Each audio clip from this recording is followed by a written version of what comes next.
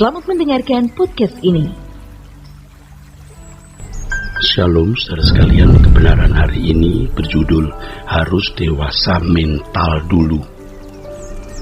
Banyak orang di luar gereja menjadi tabah dalam menerima realitas hidup daripada sebagian orang Kristen. Banyak orang Kristen lebih manja, tetapi mereka yang ada di luar gereja tidak manja menghadapi ganasnya kehidupan ini. Tentu tidak semua ya, tetapi di antara mereka banyak yang begitu tabah tidak manja menghadapi hidup dengan segala kepuasannya.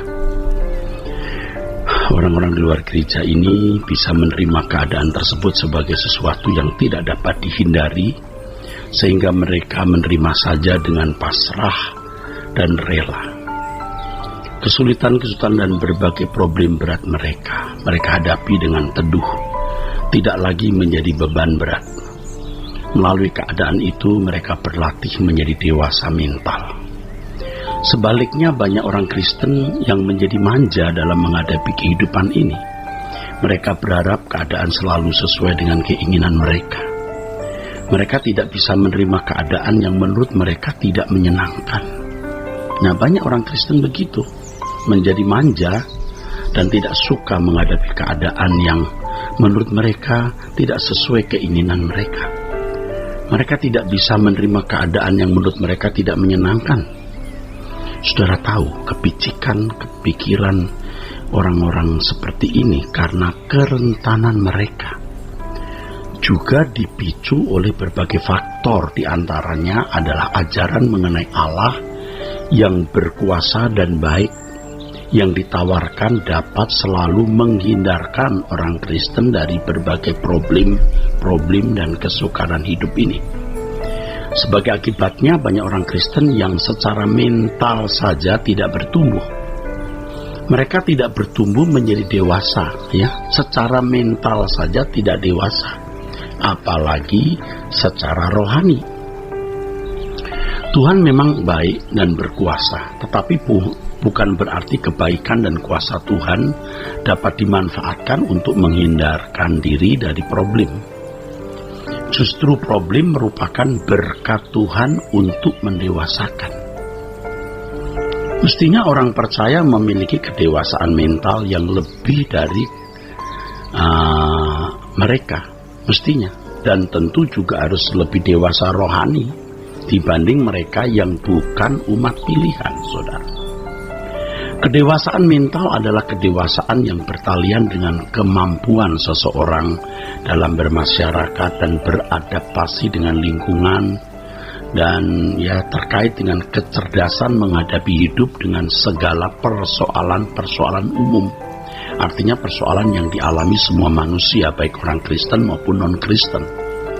Sedangkan kedewasaan rohani itu selain juga memiliki kedewasaan mental, juga memiliki kecerdasan roh, yaitu kemampuan untuk bisa mengerti dan melakukan kehendak Allah sehingga dapat hidup berkenan di hadapannya. Kalau jemaat diajar menjadi orang Kristen, berarti memiliki hak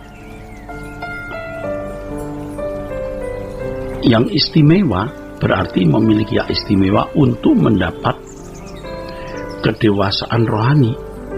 Tetapi kalau jemaat diajar bahwa menjadi orang Kristen berarti memiliki hak istimewa untuk mendapat kemudahan hidup, dijauhkan dari problem-problem hidup, maka mereka tidak pernah dewasa mental. Kalau dewasa mental saja tidak, apalagi dewasa rohani. Seorang Kristen tidak akan pernah menjadi dewasa rohani kalau belum dewasa mental. Pertumbuhan kedewasaan mental dan kedewasaan rohani ini bisa berlangsung bersama, tetapi kedewasaan mental adalah level awal, saudara. Seorang yang memiliki kedewasaan mental belum tentu dewasa rohani, tapi seorang yang dewasa rohani pasti dewasa mental. Padahal problem hidup adalah bagian dari berkat Tuhan, saudara. Problem itu bukan kenaasan atau kesialan atau bencana. Di dalam problem-problem hidup itu ada berkat Tuhan, ada berkat kekal di mana orang percaya diproses untuk menjadi dewasa. Problem bisa menjadi bagian dari nutrisi jiwa yang dapat mendewasakan rohani orang percaya. Orang percaya yang dewasa akan memandang bahwa kesukaran hidup adalah nutrisi jiwa yang tidak dapat digantikan oleh apapun, tidak bisa digantikan dengan apapun. Gereja yang mengajarkan bahwa orang percaya dapat dengan mudah dibebaskan dari berbagai persoalan hidup, itu gereja yang merusak mental dan kerohanian jemaat. Biasanya gereja-gereja yang menganut teologi kemakmuran merusak mental dan kerohanian jemaat ini. Gereja yang selalu bicara berkat-berkat, dan berkat-berkat itu berkat-berkat jasmani, saudara. Orang percaya harus mengerti bahwa pencobaan hidup dialami setiap orang atau semua manusia. Bukan hanya orang Kristen, bukan hanya orang percaya. Seharusnya orang percaya memiliki keadaan hidup baik mental maupun spiritual yang lebih baik daripada mereka yang tidak percaya. Selain memiliki kedewasaan mental, tapi juga memiliki kedewasaan rohani dan terus mengalami pertumbuhan rohani untuk sempurna seperti Bapa. Ya. Jadi bermental seperti Bapa. Ini pasti sebuah kualitas kerohanian atau mental yang luar biasa atau sempurna. Problem dan masalah kehidupan tidak boleh dipahami sebagai hal yang negatif yang dapat mengurangi ketenangan dalam jiwanya. Problem adalah berkat untuk kedewasaan rohani, sedangkan masalah adalah berkat untuk upah kekekalan. Problem adalah berkat untuk kedewasaan rohani, sedangkan masalah adalah berkat untuk upah dalam kekekalan. Sama itu sebenarnya. Makin dewasa rohani, makin mengabdi kepada Tuhan, makin besar upahnya. Justru ketenangan orang percaya tumbuh ketika ia harus bergumul dengan problem. Problem yang dialami orang percaya menunjukkan bahwa Allah itu masih memperhatikannya.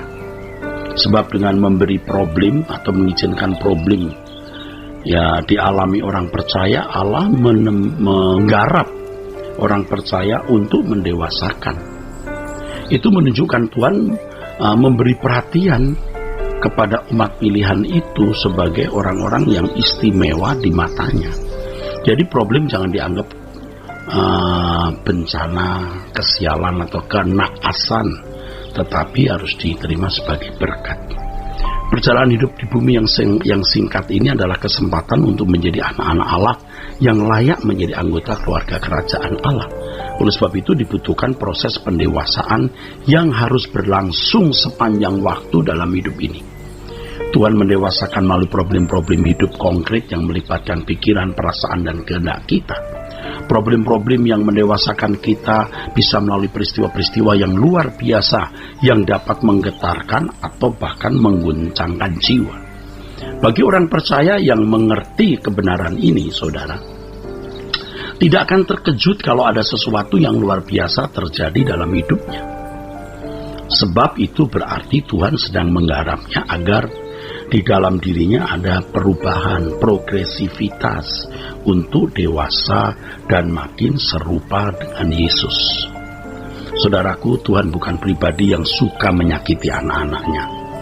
Tetapi Tuhan harus menyakiti atau memukul anak-anaknya atau menghajar anak-anaknya demi perubahan dan keselamatan jiwa mereka, demi perubahan karakter mereka, yaitu keselamatan jiwa mereka. Dalam hal ini Tuhan tidak bekerja sendiri untuk mendewasakan kita.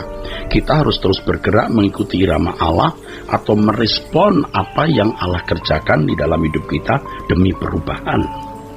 Tidak ada satu hari di mana kita tidak menerima pengharapan Tuhan untuk mendewasakan kita. Setiap hari ada pengharapan Allah atas kita untuk kedewasaan kita. Puji Tuhan ya, kiranya kebenaran ini memberkati kita sekalian. Sola Gracia.